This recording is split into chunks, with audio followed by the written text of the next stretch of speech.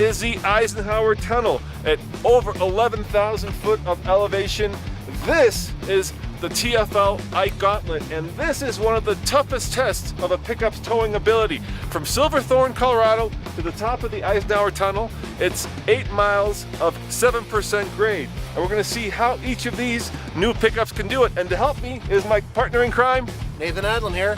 All right, Nathan, we've got the current Toyota Tundra, we have the brand new Chevy Silverado, and right here is the Ford F-150. So which one do you want to drive? I want the Chevy because you already got a chance to drive it and I want to drive it. Fair enough. Coming up next on the Fast Lane Truck, we take on the Ike Gauntlet.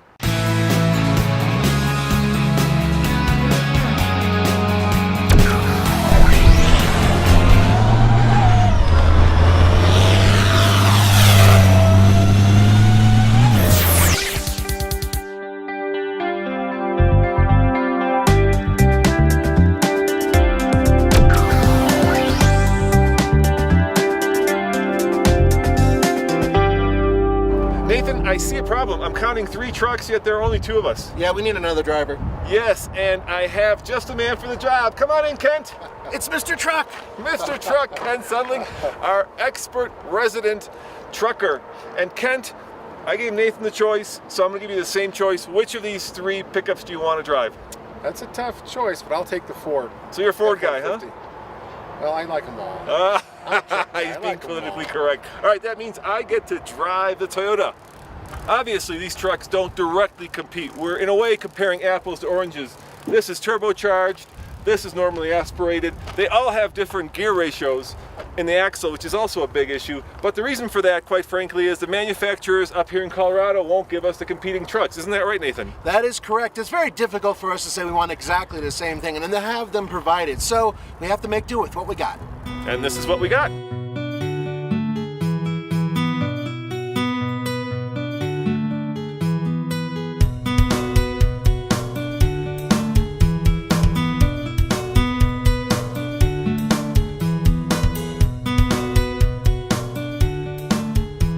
All right, guys, my truck has a 5.7 liter V8, which puts out 381 horsepower and, more importantly, 401 pound-foot of torque. Now, there is a bit of a disadvantage in this, that it is not turbocharged like the Ford F-150, but it is powerful, it is reliable, and we'll see how she goes.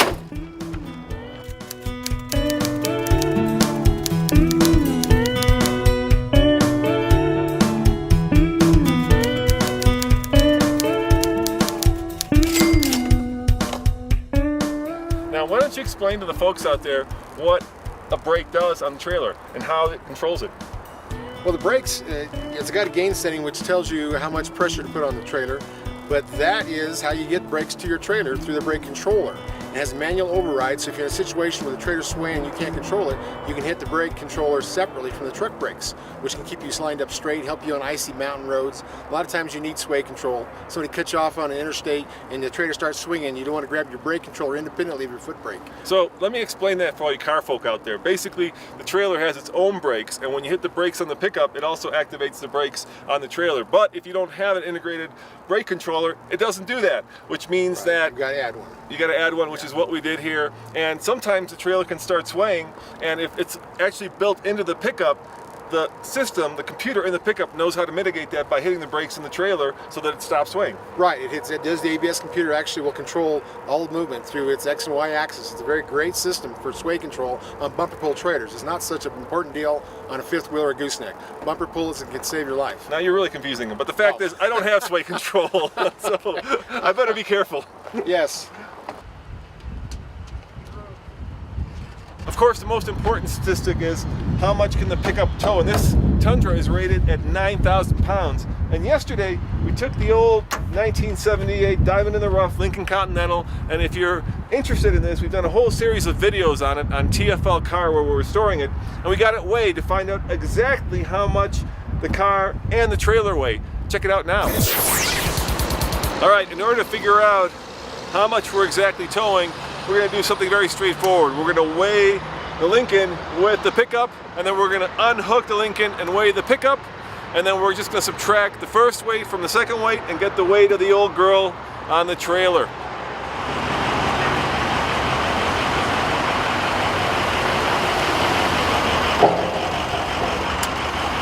that way. Okay, thanks a lot. I'll be right back to get the reweigh.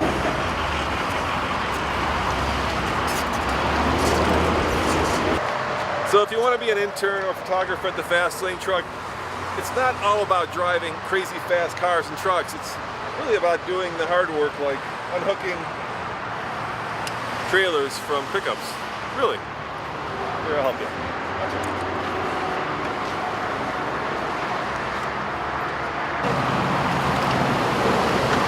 Alright, so now we reweigh the F-150 and we figure out how much the trailer with the Mark V weighs. Easy peasy.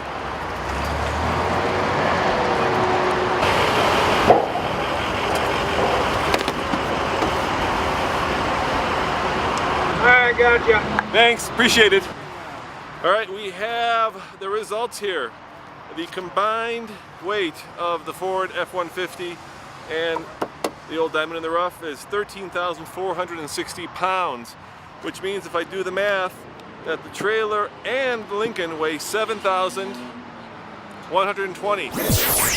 A very important stat to also know when you're towing is how much does this thing squat, because when the back squats down, the front lifts up, which means you're blinding people. So before we hook up the Lincoln to the Tundra, let's see how high that is. So we're at about 55 inches, and we'll see when we add 7,000 pounds of weight, not on the tongue, but an overall figure to the Tundra, how much it squats down. How many guys does it take to change a trailer hitch? Well, at least 3 if you're on the Fast Lane Truck. Safety in numbers. Спасибо. Okay. Why are we swapping this out? Is Well, that one? adjustable? This hitch goes 10,000 pounds, the other one with the 5,000 pounds, plus this is more adjustable. But it's a good heavy duty hitch. We want to make sure we can handle the tongue weight of this trailer. Good to have you on board, Ken. Very good to have you on board. That's why we've got Mr. Truck here. Спасибо. Brake. Just a hair. Whoa, that should do it. Whoa, you slid back again. Yeah, yeah, you gotta go forward a couple inches now. There's so much to this towing. Yeah. Whoa, stop right there. Emergency brake. You brake first. That's it. Luckily, we've got Mr. Truck here to make this go pretty seamlessly. And he's got this cool thing on the trailer where you can move it left to right. What's that called? That's called a side tracker. A side tracker. Look Not at in that. production yet. It's one of the prototypes that I get to play with. So you run the whole trailer sideways. So if you're in a mud puddle or someplace, you can still get it without doing that back and forth 100 times. That's nice. Well, let's hook her up and let's go do the Gauntlet in the Tundra. Woo! It's heavy. I am excited by this prospect of seeing how fast this will go up the hill and how good it will brake going down the hill. Right, let's see how much this thing is squatting down. When it was empty, with no trailer, it was 55 inches. Now it's 52 inches, so 3 inches of squat is what we're getting, which can be a lot more when you think about the fact that the headlights start pointing at the moon.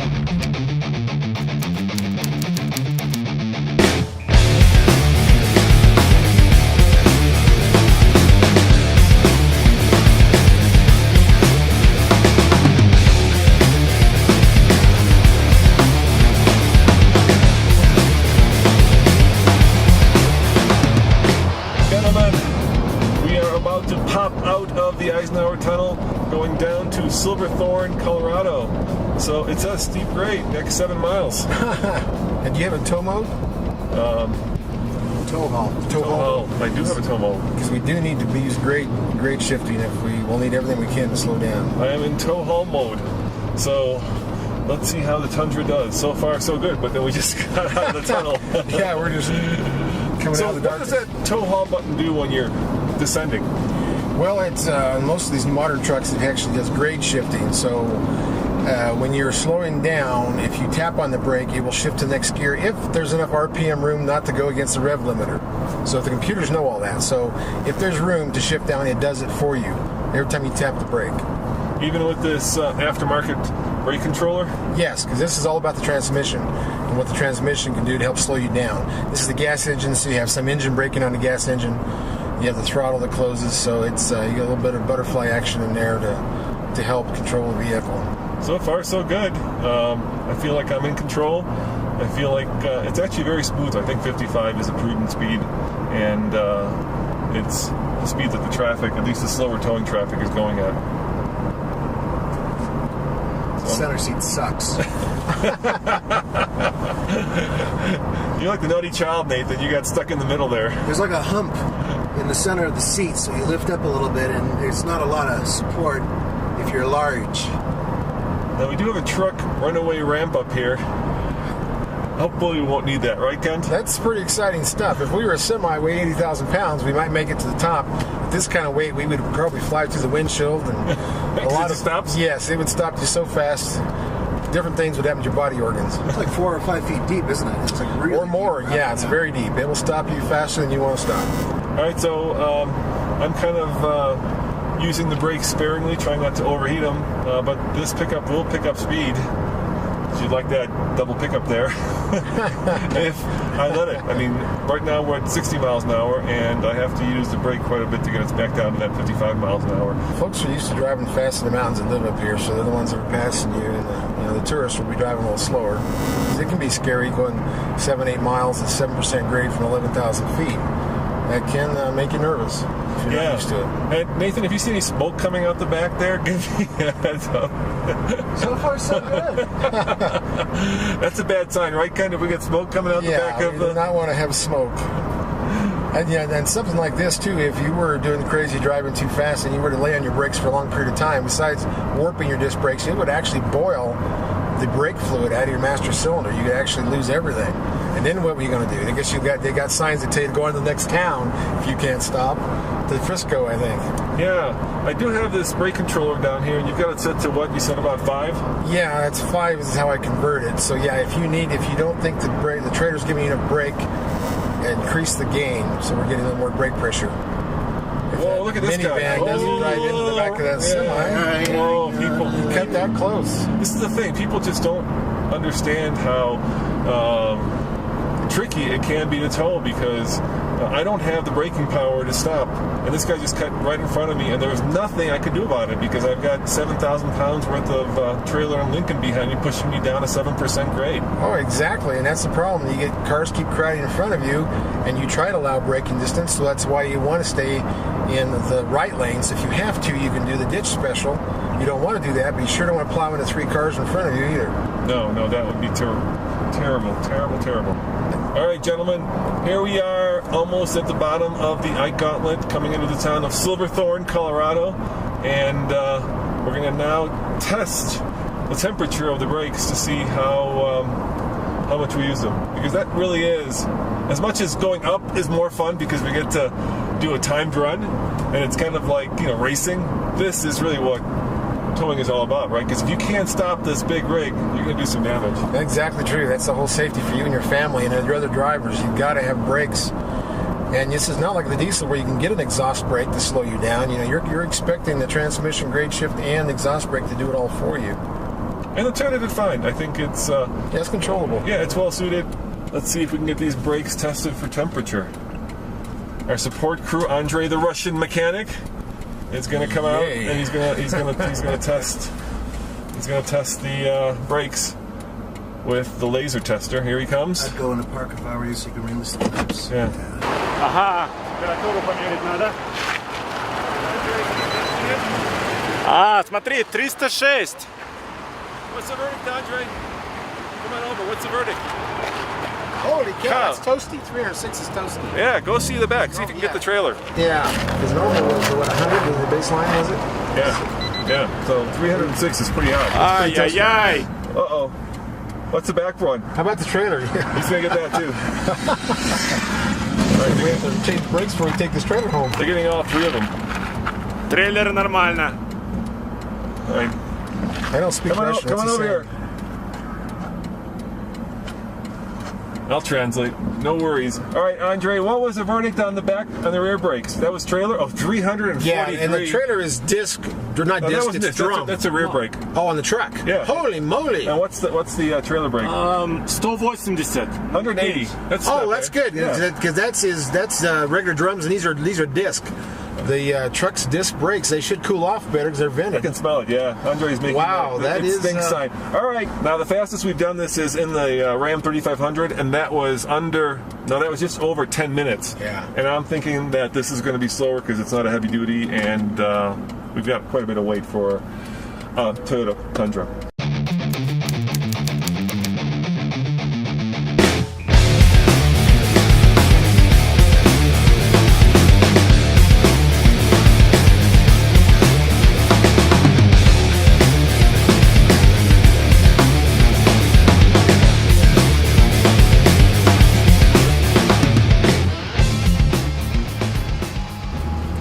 All right, gentlemen, the Ike Gauntlet in the Tundra. We have a over 7,000 pound load. We have Nathan in the back seat and 3 big guys in the pickup. So maybe we're looking more like at 8,000 pounds. And the official Ike Gauntlet starts when we hit the sign. Nathan, you got the stopwatch? All right, 3, 2, 1, hit it. Got it. I got it floored. Now the question is, can I stay floored all the way up the Ike Gauntlet? So far, there's no traffic. If I hit the speed limit, then that is where I'm going to let up. We're not going to exceed the speed limit. Oh, that would be fun. We don't do that. That's good. I'm glad to see that. I'm glad for the safety behind the wheel. This is good. Safety every time. That's us. So it's floored. We're flying.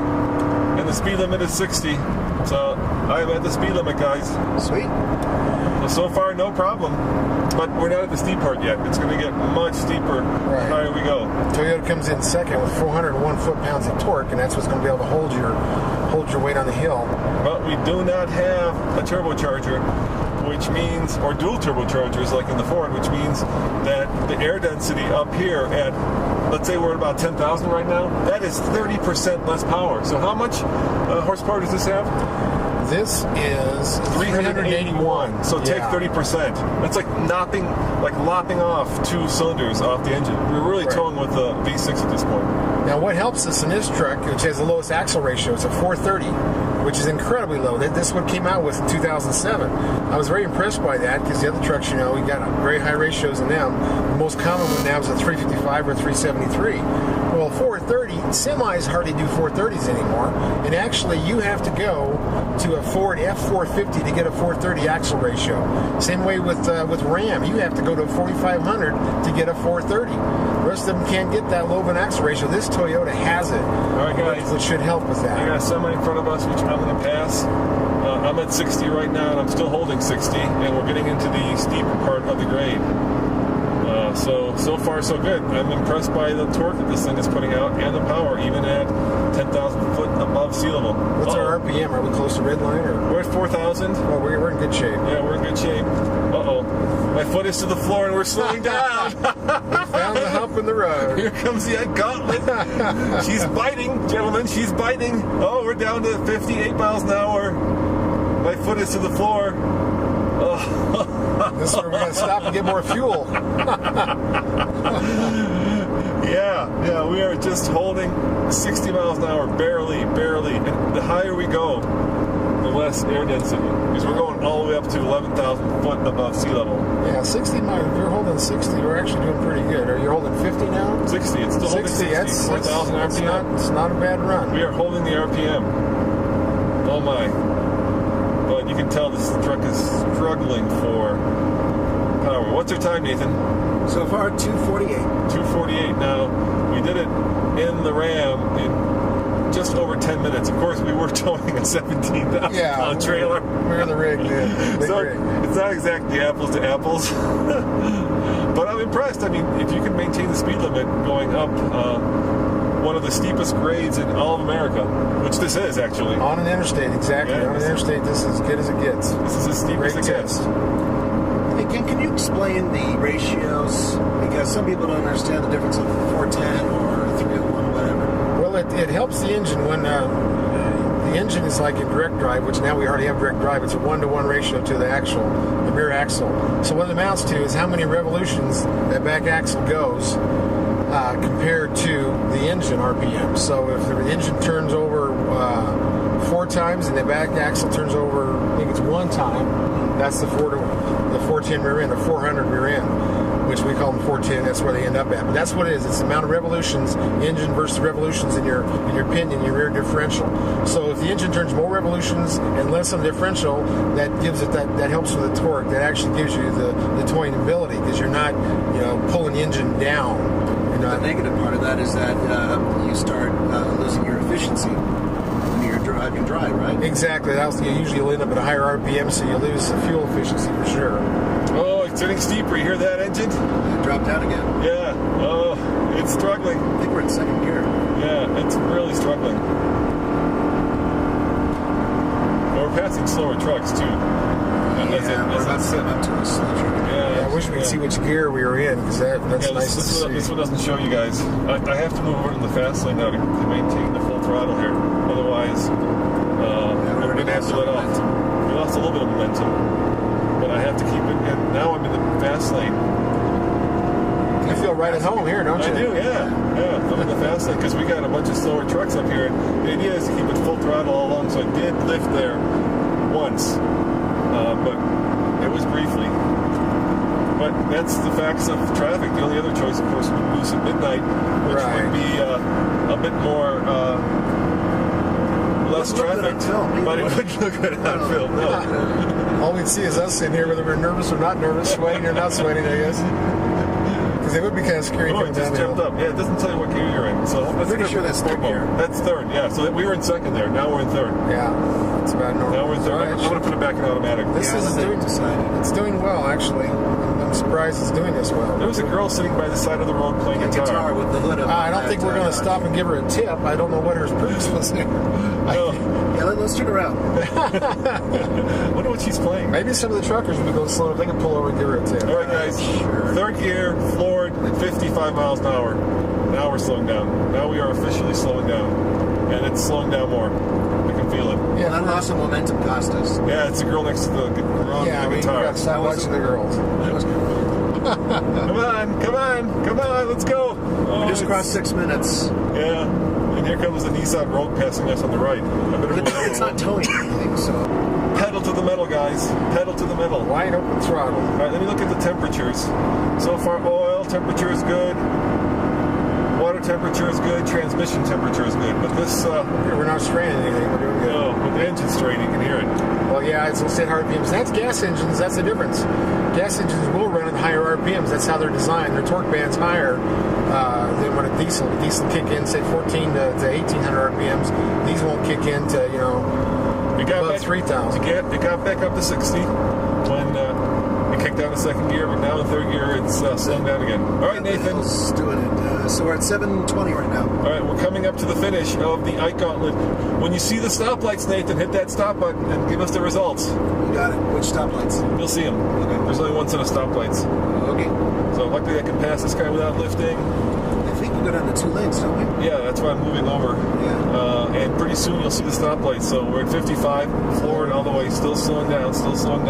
That sign there said vehicles over 26,000 GVWs. It didn't say combined weight ratings. You see the stoplights, Nathan? Yes. that is the finish of the Gauntlet. We'll get there in the next 5 minutes. I think so. Here we go. Second gear. And so we can honestly say that in this pickup, you could not maintain the speed limit going up the Gauntlet, towing. That was pretty close, though. It was close. Yeah. It was close. We're at 53. Ready? 3, 2, 1. Now! What is the time? 8 minutes, 13 seconds. 8 minutes, 13 seconds is the official time for the Tundra towing the old girl Lincoln Continental up the Gauntlet. Here, let me give that to you. I'll put you closer. I can't go. There you go, guys. There's the official time. Of course, a huge part of towing is how much fuel you use, and we did reset the fuel gauge when we started. Nathan, what do you think we averaged on that round trip up and down the Gauntlet? It had to be under 15. It was. Take a guess, Kent. I would guess under 8, even though we're going downhill half the time. Nathan. 9? 9.4 mpg on the Gauntlet. It's not bad. That's not bad, No, you know? it's not. For gas engines, it's not bad because they do run at higher RPMs. They're made to suck fuel for power. 9.3 now. As precise as these gauges are, which is somewhat precise. I'm sure there is, give or take some percentage in there. So 9.4. Yeah, That they is used the to be number. all 10% off. Now they are much better. Ford used to be the worst. Ага, похолодало немножко. 183. So we cooled off over 100 degrees going up the Gauntlet. Nathan, what was that time again? That was 8.13. 8.13. That is the time to beat. And are you ready to beat it, Kent? Yes, we'll see if that twin turbo makes a difference. All right, so next time on the Fast Lane truck, we're going to take the Ford F-150 EcoBoost up the Gauntlet and see if it can beat the Tundra. Thanks for watching. As always, this is Roman, And Nathan. And Kent. Mr. Truck, saying so long. See you next time.